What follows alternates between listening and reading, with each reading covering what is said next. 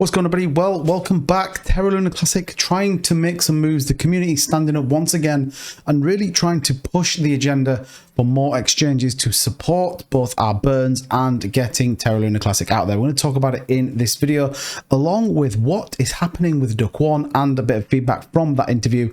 It's pretty interesting. So be sure to hit that subscribe button if you're not already tuned into the channel. Also leave a like on this video for all your daily cryptocurrency content and everything going on with Terra Luna Classic. And let's dive into it. So here we go. Terra Luna Classic listed on Robinhood. Here is the change.org petition.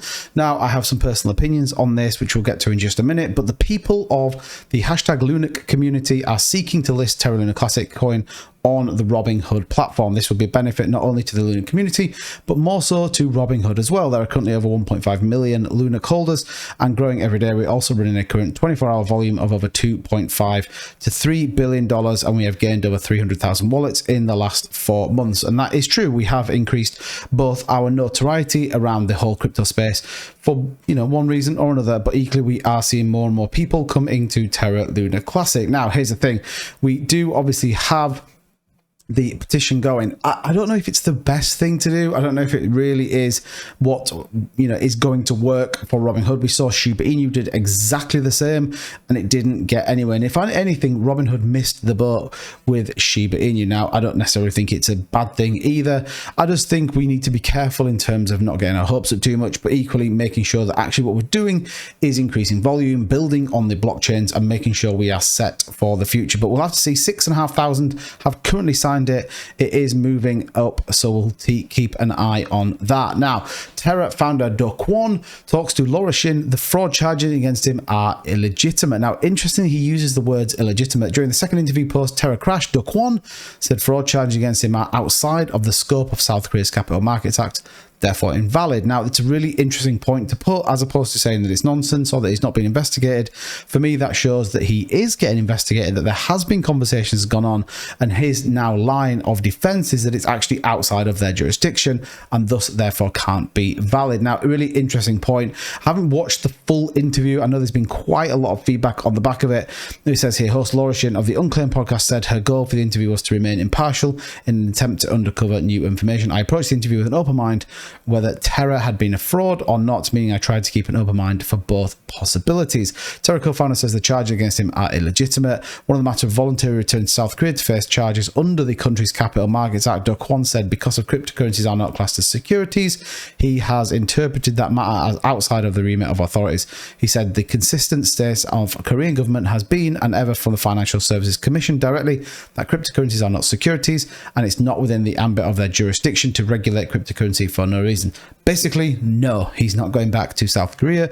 And for me, that shows that he's not fully comfortable or confident that this wouldn't land him in a substantial amount of bother. Now, does that mean anything for Terra Luna Classic? I don't think so. Does it mean anything for Luna? And I think we've almost gone past the point. If Kwon was arrested, would that mean that the price of Terra Luna Classic would go through the roof? I don't believe it would.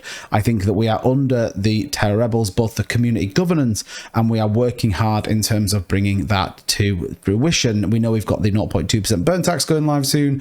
We also have projects coming to build on it, chains and bridges moving over to bring more to the Terra Luna Classic ecosystem. Now, taking a look at the burns, we did get that Binance burn, albeit we were about 300,000 off. So I'm going to try and refine my equation and try and get as near to we can ready for next Monday. But 11.1 billion is what Binance has burnt, 6.7 billion on the 1.2% burn tax. Again, pretty slow day today. We've only had a couple of small burns. We did get a 20 million burn, and we are seeing some more of these from Okada. These are some of the validators that are on there, and I think it, for me, sets a tone of when we get the community validators, which are very, very coming up very fast. 26th of October, bearing in mind, we will start to see some bigger numbers, and I think we could start to see this move. So we get the 0.2% burn tax and equally then some of these validator burns, which I think are going to be pretty exciting to see. With that being said, we can check what our daily volume in terms of burns are, which we can just see here on the stake bin. Excuse me, I've gone for the wrong one. We don't want to see the social interaction, albeit it is slightly down. Here is the 1.2% burn tax. You can see that the volume is just not where we would like it to be. You can see where these Binance burns come in, but 230.5 million is what's gone through so far on the burn for today. And again, the 0.2% burn tax is going to be interesting. Do we see an increase in volume? Are we going to see an increase in those burns? And I think that is what everybody is anticipating and hoping that we get. I mean, in terms of where we are, in terms of the price is down. Now, here's the interesting bit with the price, that we haven't retraced all the way back to the 1800s. We have found a really solid floor between the 2.5s and the 2.8s. Now, we need to stop keeping going down. And I think ultimately we get this 0.2% burn tax. We equally then get some projects coming over, bridging from Lunatic's token could be pretty huge, and then community validators. And I still stand by the fact, once community validators come by, we will see some positive price movement. I genuinely think we will, but time, like anything, will have to be one of those things we wait for. It's not going to pump to $1 as much as people might tell you it is. It's not. It's going to take us a little bit of time, but we've got to work hard, stay focused, and absolutely Terra Luna Classic will get there. Whether Robinhood lists us or not, that will yet to be seen. But if that's something you like, if you want Robinhood to list it, let's hit the like button. Why not? It does this channel the world of good. Also, if you're not already subscribed, please consider doing so. We talk about cryptocurrency every single day. And guys, appreciate all the support. I'll catch you in the next video.